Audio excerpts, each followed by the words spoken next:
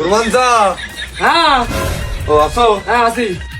চাচা, ওই তোমার এই গরুটা এই মিয়া ভাই দেখাই নিয়ে আসলাম। মিয়া ভাই ঢাকায় থাকে, ভালো চাকরি করে। আর এদিকে এসো। আচ্ছা, ছোটখাটো ব্যবসায়ী ক্ষেত্রে দেখেছো এই গরু কিনতে পারবে না বড় গরু? মিয়া ভাই গরু কান দেখেন। না গরু গান তো ভালোই, পছন্দ হচ্ছে আমার। খুব ঢকের গরু, একদম বাড়ির এই ঘাস পালার বিচেলি খাই মানুষ হয়েছে। মানুষ নাকি তা কি করে হয়? কোথার ভাইসে বললাম আর কি। কুরবান চা, তাহলে ভাই গরু কান দেখাবো, আমাকে একটু সময় টুমাই দাও নাকি? ভাই ব্যস্ত মানুষ। বাবু আমার সাথে কথাকে আমার একটু ছেড়ে দাও তাড়াতাড়ি। তোমার তো আমি আগেই ছেড়ে দিয়েছি, তুমি তো আমার ন্যায্য দাম দিচ্ছ না। যাও দিদি যাও, এখন যাও। দেখো শেষকালে তো না ঠিকে না, আর ওই দাঁড়া মেয়ে দিলি আমার দিয়ে নে। তাহলে চাচা আমি গেলাম। যাও সাবধানে যাইয়ে। আপনি মিয়া ভাই গরু কান দেখেছেন যেরকম কালার, আর আর বিচেলি খেয়ে মানুষ হয়েছে মনে করেন, মানে বিচেলি খেয়ে বড় হয়েছে আর কি। আর দেখেন চর্বি আর চর্বি, ভাজা ভাজা মাংস, ভাজা ভাজা চর্বি। এই গরু কিনলে আপনি ঠকবেন না।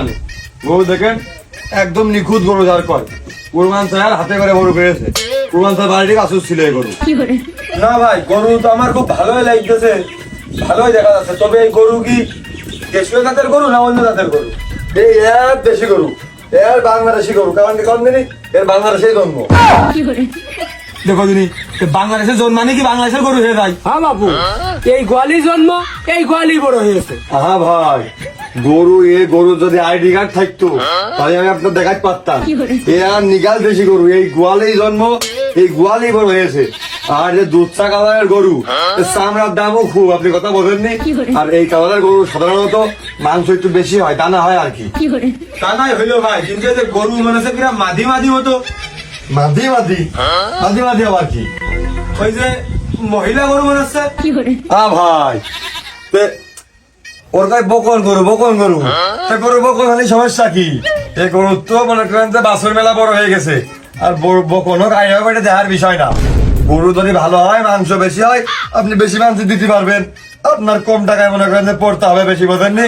আইডিয়া গরুর সবর বেশি, আর ফিটমিট খয়ে ও ভালো হয় না। বকন গরু নেন, পড়তে হবে না। গরু কারণ আপনি একবার ভালো করে করতে দেখেন, পছন্দ হয় না একবার দেখেন। তা যাই হোক হইলো, এই গরুর দাম কিরাম কি করবেন? আগে পছন্দ হয় তাকে তাই কর, দাম নিয়ে আপনার কোনো টেনশন নেই, আমি আসি না। পছন্দ হয় তাকে তাই কর। না পছন্দ আমার হয়েছে। কুরবান চার বাড়ির গরু, তার মানে এই গোয়ালের নিধির গোয়ালের গরু।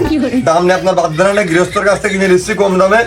গরু আগে আপনার মনে লেগেছে, মানে পড়তা খালি আপনি নেবেন। হ্যাঁ আমার হয়েছে, পছন্দ হয়েছে। বুঝলেন কুরবান শাহ? তাহলে ভাই তো বলে গরু মোটামুটি পছন্দ, তা কিরাম কি রাখ পাকাও? এই গরু ভাই টাকা দিয়ে ছেড়াবে কুরবানি পর্যন্ত, মানে ঈদ পর্যন্ত। গরু তুমি তোমার গোয়ালি পয়সা দিবা, ঈদের দিন ভাই গরু নিয়ে চলে যাবে, বুঝলি?